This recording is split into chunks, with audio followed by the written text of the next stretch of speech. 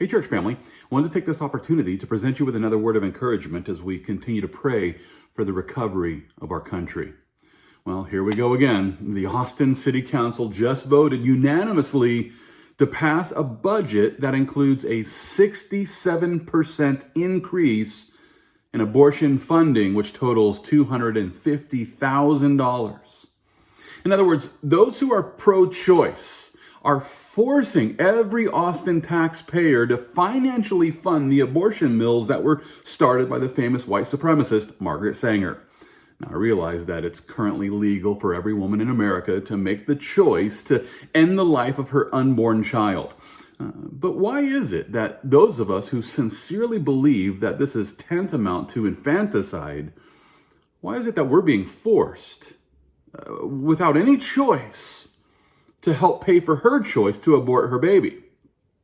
What happened to our right to choose? Listen, if we grant the argument, even if we grant the argument that an embryo is nothing more than a bundle of cells, I don't believe this, but even if we grant this argument, even if we grant the belief that you can ethically remove an embryo like a tumor, listen, the government still doesn't force taxpayers to pay for the surgeries of those who are seeking surgical solutions for tumors.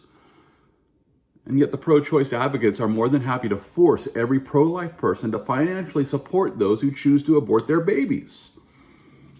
Listen, if you're truly pro-choice, then shouldn't you also support the choice of those who would choose to opt out of a tax like this? If the Austin City Council wants to respect the constitutional rights of the entire community of Austin, then they ought to provide every Austinite with the option to opt out of this abortion tax.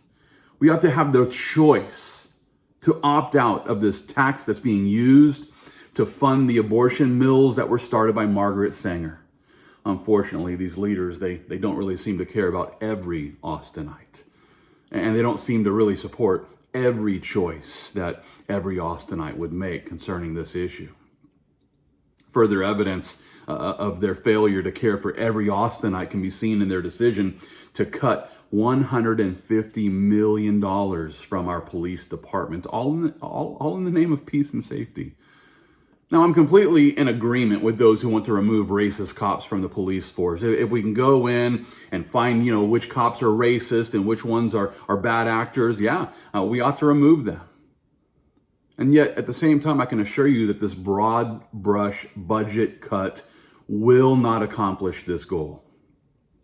No, instead, it's just going to result in more crime as criminals are emboldened to go out and break the law. Now, I realize that Mayor Adler is assuring us that this budget cut is going to help improve public safety here in Austin. How that is, well, that remains to be seen. The fact of the matter is this, that APD was already underfunded for our constantly increasing population. You might not know this, but anywhere between 30 to 130 people move to Austin every single day. And what this means is that our population increases by more than 10,000 people every single year. As we consider this daily influx of people, we can hope that they're all law-abiding citizens who are here to make our city a more wonderful place to live. Unfortunately, this isn't always the case. And it's sad to say that Austin is beginning to see an increase of homicides. According to an article published by the Wall Street Journal, Austin now leads the nation in percentage increase of total homicides compared to last year. This is putting us, percentage-wise, ahead of Chicago, Los Angeles, and New York, according to this new analysis. I have no doubt that this budget cut of our police force is going to just further embolden those who have no problem breaking the law in order to get what they want. Thankfully for us, we live in Texas, and in Texas, we have the constitutional right to protect our property. And as these budget cuts begin to take effect, I encourage every Austinite, let's become familiar with two very important laws. The first is the Castle Doctrine, which provides every Texan with the right to forcefully defend our property, including our home and our vehicle and everything else we own. The second law, it's the Stand Your Ground law. This law empowers the individual to use deadly force in order to defend themselves or others against bad actors. It's my hope that every Austinite will become familiar with these laws and put them into practice, because the fact is this, that an armed community tends to be a more peaceful community. You know, the truth of this was shown to be true back in 1982 when leaders in Kennesaw, Georgia passed a law that required the head of every household to keep at least one firearm in the house. And as a result, listen, the residential burglary rate subsequently dropped 89%. 89% drop in residential burglaries. Why? Well, because burglars realized that they were going into a home that was armed. And so they chose not to. In light of this information, we would all do well to pray for peace here in our city. At the same time, we must simultaneously prepare to protect our property and, more importantly, our family. At the same time, I would also remind you that the best way to bring true peace to the people here in our community is by leading them to the Prince of Peace.